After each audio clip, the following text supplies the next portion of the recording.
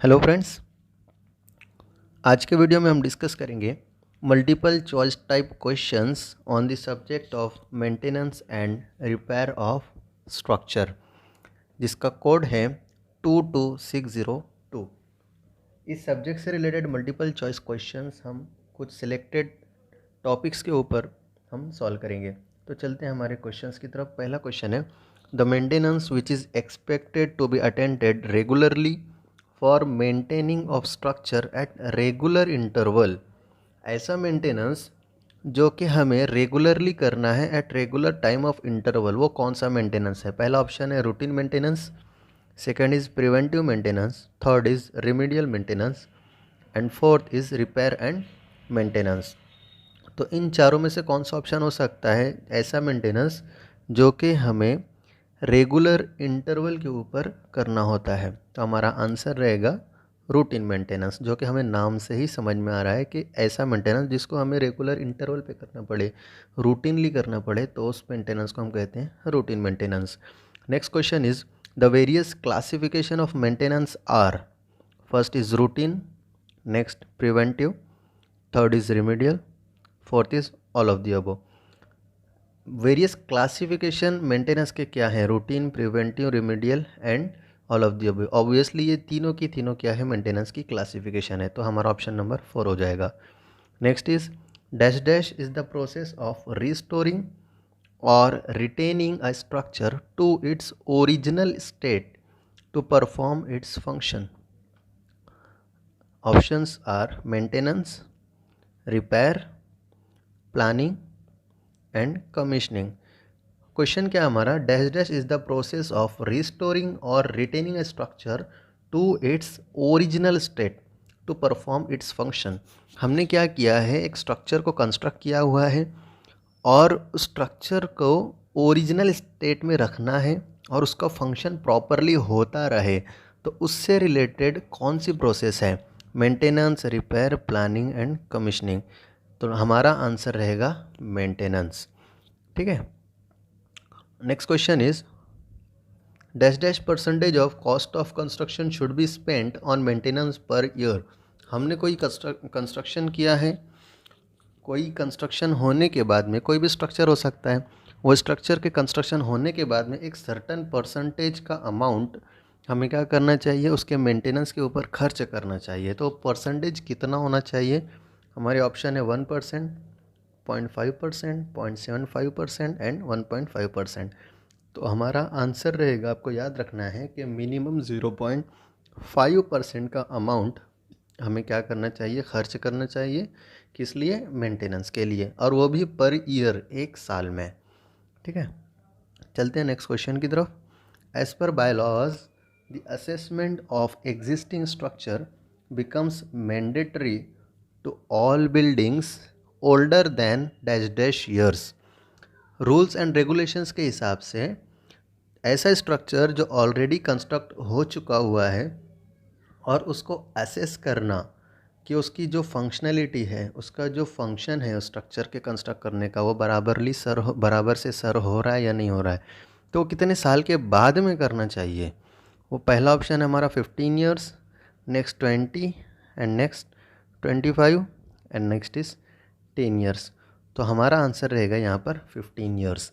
Bylaws के हिसाब से 15 साल के बाद में रेगुलरली हमें असेस करना चाहिए। Next, which of the following is the post construction activity? Post construction मतलब आफ्टर कंस्ट्रक्शन, कंस्ट्रक्शन हो चुका हुआ है और उसके बाद में इन फॉलोइंग में से कौन सी एक्टिविटी होती है? पहला है प्लानिंग, प्लानिंग तो ऑब्वियसली कंस्ट्रक्शन के पहले करते हैं। दूसरा maintenance and repair, third is designing and fourth one is permission from appropriate authority. तो ये तो बहुत ही सिंपल सा क्वेश्चन है, हमारा आंसर रहेगा मेंटेनेंस एंड रिपेयर, क्योंकि स्ट्रक्चर कंस्ट्रक्ट होने से पहले हमें प्लानिंग करना पड़ता है, डिज़ाइनिंग करना पड़ता है, अप्रोप्रिएट अथॉरिटी से परमिशन लेनी पड़ती है, और जब ये सब होने के बाद में हमारा कंस्ट्रक्शन हो जाता है, कंप्लीट हो जाता है, तो पोस्ट कंस्ट्रक्शन एक्टिविटी हमारी रहती है मेंटेनेंस एंड रिपेयर। चलते हैं नेक्स्ट क्वेश्चन की तरफ। फॉलोइंग स्टेटमेंट इज़ राइट और रॉन्ग। एक स्टेटमेंट है, हमें पहचानना है वो राइट है या रॉन्ग है। Preventive maintenance is also called as time based maintenance और साइक्लिक मेंटेनेंस। हमें ये पता करना है कि ये आंसर, ये जो स्टेटमेंट है ये ट्रू है या फॉल्स है। Option 1 is right, option 2 is wrong. तो हमारा आंसर रहेगा यहाँ पर राइट। ये स्टेटमेंट क्या है, राइट है कि प्रिवेंटिव मेंटेनेंस को हम टाइम बेस्ड मेंटेनेंस भी कहते हैं और साइक्लिक मेंटेनेंस भी कहते हैं। Next question, dash dash is the process of removing decayed or damaged part of the structure which would require making something better than earlier. Dash dash is the process of removing decayed or damaged part of the structure. एक structure है जो construct हो चुका हुआ है और उसमें से कोई पार्ट हमको क्या करना है, रिमूव कर लेना है। वो पार्ट हम रिमूव क्यों कर रहे हैं, क्योंकि वो पार्ट हमारा डिकेड हो चुका हुआ है। तो इस प्रोसेस को हम क्या कहते हैं, routine maintenance, preventive maintenance, remedial maintenance या फिर साइक्लिक मेंटेनेंस। तो इस प्रोसेस को हम कहते हैं रिमीडियल मेंटेनेंस। हम क्या कर रहे हैं यहाँ पर, रिमीडी कर रहे हैं। एक पार्ट स्ट्रक्चर का वो क्या हो चुका हुआ है, डिके हो चुका हुआ है, डैमेज हो चुका हुआ है पूरा का पूरा, और हमको उसको क्या करना है, रिपेयर करना है। तो इस केस में जो मेंटेनेंस हमारा रहेगा उस मेंटेनेंस को हम कहेंगे remedial maintenance. Next question is dash dash is the process of reconstructing और removing any damaged part of structure so that structure performs its function before it was। एक ऐसी प्रोसेस कि जिसके अंदर हम क्या करने वाले हैं कि रिमूव करने वाले हैं डैमेज पार्ट स्ट्रक्चर का, या तो फिर रिकंस्ट्रक्ट करने वाले हैं डैमेज पार्ट ऑफ स्ट्रक्चर का। क्यों, so that structure performs its function before it was. ये जो पार्ट जो डैमेज हो चुका है, उस पार्ट के डैमेज होने से पहले स्ट्रक्चर का परफॉर्मेंस जैसा था। हम क्या चाहते हैं कि ये डैमेज पार्ट को रिमूव करने के बाद, उसको रिकंस्ट्रक्ट होने के बाद में वो स्ट्रक्चर दोबारा से वैसा ही परफॉर्म करे। तो इस प्रोसेस को हम क्या कहते हैं, हमारा ऑप्शन है maintenance, next is repair, third is strengthening and fourth is rehabilitation. तो इस प्रोसेस को हम कहते हैं रिपेयर। ठीक है, आपको याद रखना है कि अगर स्ट्रक्चर में से कोई पार्ट हम क्या कर रहे हैं, रिमूव कर रहे हैं या तो रिकंस्ट्रक्ट कर रहे हैं, वो पार्ट हम क्यों कर रहे हैं रिमूव या क्यों हम रिकंस्ट्रक्ट कर रहे हैं, क्योंकि वो पार्ट हमारा डैमेज हो चुका हुआ है। तो इस प्रोसेस को हम कहते हैं रिपेयर। चलते हैं नेक्स्ट क्वेश्चन की तरफ। Dash dash is a process of enhancing the resistance of damaged or weak structure by appropriate technique of maintenance and repair. Dash dash is a process of enhancing the resistance of damaged or weak structure by appropriate technique। एक part, structure के अंदर का कोई part, एक या कोई part कोई भी हो सकता है, उस पार्ट के वो पार्ट क्या हो चुका है, हमारा वीक हो चुका हुआ है। ठीक है, और उस वीक पार्ट को हमें क्या करना है, उसकी जो कैपेसिटी है, उसकी जो रेजिस्टेंस पावर है, उसको हमें क्या करना है, इन्हांस करना है, बढ़ाना है। तो इस प्रोसेस को हम क्या कहेंगे, ऑप्शन है हमारे पास में repair, next is retrofitting and next is restrengthening and fourth one is restoration. अभी आपको याद रखना है यहाँ पर इन्हांसिंग का वर्ड है। हम क्या करना चाह रहे हैं, वो जो डैमेज्ड स्ट्रक्चर का जो पार्ट है उसको कम्प्लीटली रिमूव नहीं कर रहे या उस पार्ट को कम्प्लीटली रिकंस्ट्रक्ट नहीं कर रहे, नहीं तो हम उसको क्या कहते थे, रिपेयर कहते थे। इसके पहले वाला क्वेश्चन हमने जस्ट देखा। लेकिन हम यहाँ पर क्या कर रहे हैं, जो पार्ट अभी डैमेज हो चुका है या वीक हो चुका हुआ है, उसी पार्ट को हम क्या कर रहे हैं, उसकी जो पावर है, उसकी जो स्ट्रेंथ है, उसकी जो रेजिस्टेंस कैपेसिटी है, उसी को हम क्या कर रहे हैं, इन्हांस कर रहे हैं। तो इस प्रोसेस को हम कहते हैं retrofitting.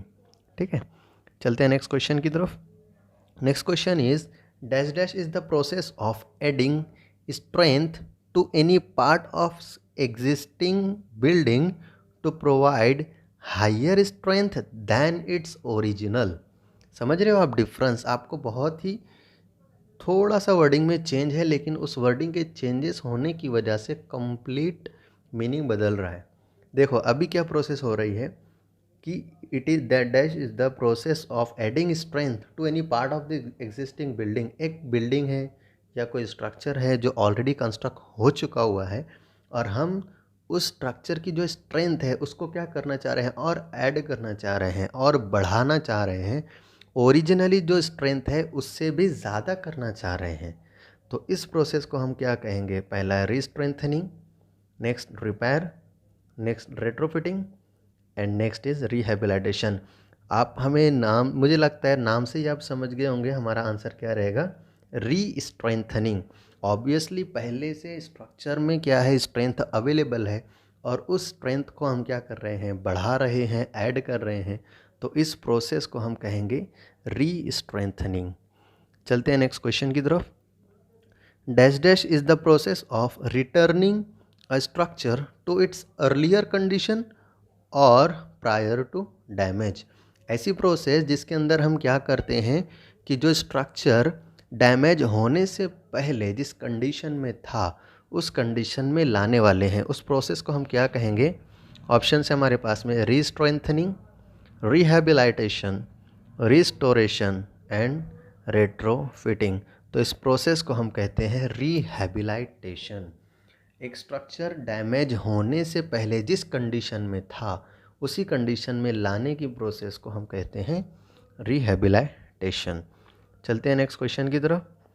The maintenance manual provides, option 1 is accurate details of alterations, next construction process, next operation of completed structure and all of the above.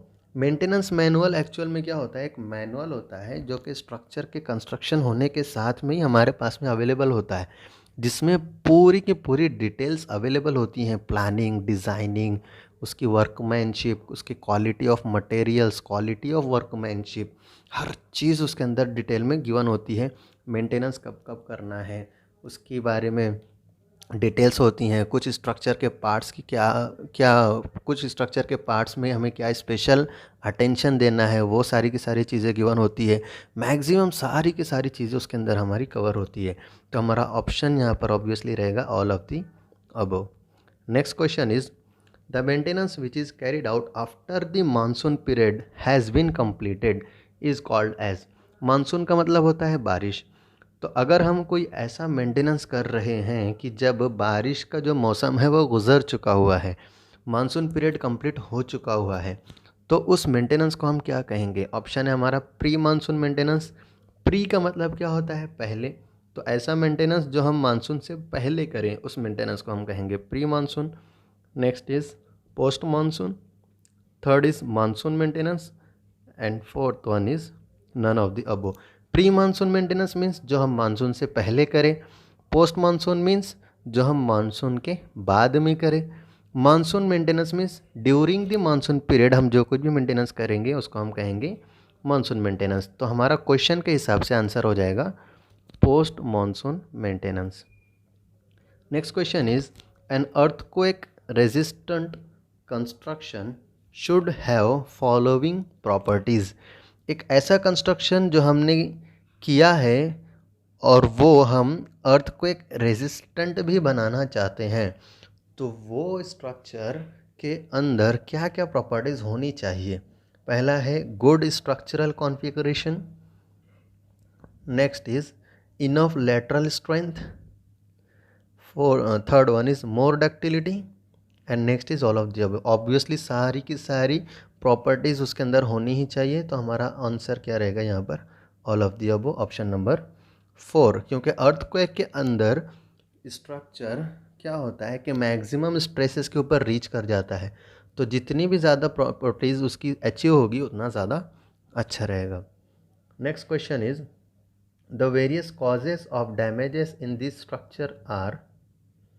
The various causes of damages in the, actually the होना चाहिए, typing mistake हो गई है मुझसे। इन the structure are, कौन कौन से causes हो सकते हैं जो कि स्ट्रक्चर में डैमेज के कॉज हो सकते हैं, वजह बन सकते हैं। पहला distress in structure, next one is earthquake, next one is wind, and next one is all of the above. Obviously distress, earthquake, wind, इन सारे के सारे रीजंस की वजह से स्ट्रक्चर में डैमेजेस कॉज हो सकते हैं, इसलिए हमारा आंसर रहेगा all of the above. Next one is dash dash is the term used to denote the decay and damage of structure due to continuous neglect in maintenance and repairs willingly. यहाँ पर देखिए ये word बहुत ही important है, willingly. एक ऐसा term जो कि हम यूज़ करते हैं डिनोट करने के लिए किस चीज़ को, डिके या डैमेज को स्ट्रक्चर में, और वो डैमेज या डिके स्ट्रक्चर में हुआ है. क्यों हुआ है? क्योंकि हमने कंटिन्यूसली निगलेक्ट किया है स्ट्रक्चर में मेंटेनेंस को, और उस वजह से वहाँ पर वो डिके या डैमेज कॉज हुआ है. और हमने जो कंटिन्यूस निगलेक्ट किया है ये जानबूझ कर किया हुआ है. ठीक है, तो इस टर्म को क्या कहते हैं? पहला ऑप्शन है termite, next one is fire, next one is dilapidation, and next one is corrosion. तो हमारा आंसर यहाँ पे रहेगा डायलापिडेशन. एक ऐसी एक्टिविटी, एक ऐसा टर्म जो कि डिनोट करता है डैमेज या डिके को जो स्ट्रक्चर में कॉज हुआ है, और वो स्ट्रक्चर में इसलिए कॉज हुआ है, इसलिए डैमेज या डिके स्ट्रक्चर में हुआ है क्योंकि हमने कंटिन्यूसली मेंटेनेंस एंड रिपेयर को जानबूझकर खुद से अपनी चाहत से ही हमने क्या किया है, निगलेक्ट किया हुआ है. तो इस टर्म को हम कहते हैं डायलापिडेशन. चलते हैं नेक्स्ट क्वेश्चन की तरफ. Which one of the following is not a non destructive testing method? Following में से ऐसी कौन सी मेथड है जो कि नॉन डिस्ट्रक्टिव टेस्टिंग मेथड नहीं है? पहला ऑप्शन है rebound concrete hammer test, next one is rebar locator test, third one is chloride test, and last one is slump cone test. ये पहली जो तीन है, rebound concrete hammer, rebar locator और क्लोराइड, ये सारे के सारे, ये तीनों के तीनों नॉन डिस्ट्रक्टिव टेस्ट है. बट स्लम कोन टेस्ट हमें पता है कि कंक्रीट की स्ट्रेंथ को चेक करने के लिए किया जाता है. तो हमारा आंसर यहाँ पर रहेगा 4. ठीक है, कि स्लम कोन टेस्ट ये नॉन डिस्ट्रक्टिव टेस्ट नहीं है. Next one is the average rebound number after test is 35, then the overall quality of concrete. हमने क्या किया हुआ है कि रिबाउंड कंक्रीट हैमर जो होता है हमारा, उसको हमने यूटिलाइज़ किया हुआ है किसी जगह पर, और फिर हमने उसकी जो वैल्यू आई थी फाइनल, वो वैल्यू आई है हमारी 35. तो इस 35 के हिसाब से जो क्वालिटी ऑफ कंक्रीट है वो क्या है? ऑप्शन है हमारा very good, next one is good, and third one is fair, and fourth one is poor. Obviously ये 35 वैल्यू जो आई है हमारी रिबाउंड नंबर की, RN हम इसको शॉर्टकट में कहते हैं, इसके ऊपर हमारी क्वालिटी ऑफ कंक्रीट डिपेंड करती है. तो अभी देखो ये वैल्यू है 35, और आपको याद रखना है कि जब भी रिबाउंड नंबर RN हमारा 40 से ज़्यादा हो तो क्वालिटी ऑफ कंक्रीट होती है वेरी गुड, 30 to 40 हो तो होती है गुड, और 20 to 30 हो तो होती है फेयर, एंड लेस देन 20 हो तो ये क्वालिटी ऑफ कंक्रीट हो जाती है पुअर. और अगर रेनॉल्ड्स नंबर डायरेक्टली हमें 0 मिलता है तो quality of concrete very poor हो जाती है. तो अभी ये 35 की वैल्यू हमें अचीव हुई है, मतलब ये 30 to 40 के दरमियान है, तो इसलिए क्वालिटी ऑफ कंक्रीट हमारी क्या रहेगी? गुड. मतलब हमारा ऑप्शन रहेगा second. Next question, the average rebound number of the test is 12 and the overall quantity of the concrete is. अभी वैल्यू हमारे पास में आई है 12, सेम क्वेश्चन है, बस वैल्यू चेंज हुई है. तो क्वालिटी ऑफ कंक्रीट कितनी रहेगी? अभी वैल्यू है 12, RN नंबर मैंने अभी जस्ट आपको बताया कि रेनॉल्ड्स नंबर अगर 20 से कम हो तो क्वालिटी ऑफ कंक्रीट हो जाती है पुअर. तो हमारा आंसर हो जाएगा 4, option number 4. Next question is the following statement is right और wrong. The rebound concrete hammer test can be conducted horizontally, vertically, upward और downward at any intermediate location. Rebound concrete hammer का ये जो test है, हम इसको किसी भी तरह से परफॉर्म कर सकते हैं. हॉरिजॉन्टली भी कर सकते हैं, वर्टिकली भी कर सकते हैं, अपवर्ड डायरेक्शन में भी कर सकते हैं, डाउनवर्ड डायरेक्शन में भी कर सकते हैं, या तो फिर किसी भी इंटरमीडिएट लोकेशन पे कर सकते हैं. तो ये स्टेटमेंट राइट है या रॉन्ग है? तो ऑब्वियसली ये स्टेटमेंट राइट है, तो हमारा ऑप्शन रहेगा 1। चलते हैं नेक्स्ट क्वेश्चन की तरफ। Which of the following test would you perform to check the in situ strength of the concrete. हमें क्या करना है कि कंक्रीट की साइट के ऊपर एट प्लेस हमको उसकी स्ट्रेंथ को चेक करना है। तो कौन से टेस्ट हम इसमें परफॉर्म कर सकते हैं? पहला ऑप्शन है slump cone test, rebound concrete hammer test, rebar locator test, none of the above. Slump cone test concrete की वर्केबिलिटी चेक करने के लिए हम यूज़ करते हैं। रिबाउंड कंक्रीट हैमर ये नॉन डिस्ट्रक्टिव टेस्ट है, जो कि हम साइट पर एट रिक्वायर्ड प्लेस हम कंक्रीट की स्ट्रेंथ को चेक कर सकते हैं, कैलकुलेट कर सकते हैं। तो ये ऑप्शन रहेगा हमारा सेकंड। रिबार लोकेटर टेस्ट, इसको यूज़ करके हम कंक्रीट के अंदर कितने डायमीटर का बार प्रोवाइड किया हुआ है उसको हम कैलकुलेट कर सकते हैं। तो हमारा इस क्वेश्चन के हिसाब से आंसर रहेगा rebound concrete hammer test. Next question is the main cause of dampness in the structure is due to. Dampness जो हमारे स्ट्रक्चर में होता है उसका मेन रीज़न क्या है? Options are exposure to the chloride, termites, capillary penetration of water from the ground, and next one is dilapidation. Dilapidation के बारे में तो हमने अभी जस्ट क्वेश्चन सॉल्व किया, उससे हमें पता चल गया हुआ है कि कंटिन्यूस निगलेक्ट अगर हमने किया है, मेंटेनेंस एंड रिपेयर को विलिंगली निगलेक्ट किया हुआ है, तो उसको हम कहते हैं डायलापिडेशन। तो ये ऑप्शन तो नहीं हो सकता। Exposure to the chloride, chloride की वजह से केमिकल रिएक्शंस होती हैं, करोजन्स वगैरह कॉज होता है, तो ये ऑप्शन भी नहीं हो सकता। टर्माइट्स भी नहीं हो सकते।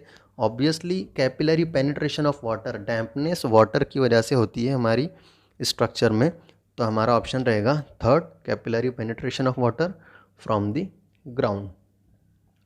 तो आज के लिए हमने 23 क्वेश्चंस MCQ के सॉल्व किए हुए हैं। मैं उम्मीद करता हूँ कि आपको इससे बहुत कुछ सीखने को मिले होगा और आपका जो प्रिपरेशन है उसके लिए यूज़फुल रहेगा। Thank you.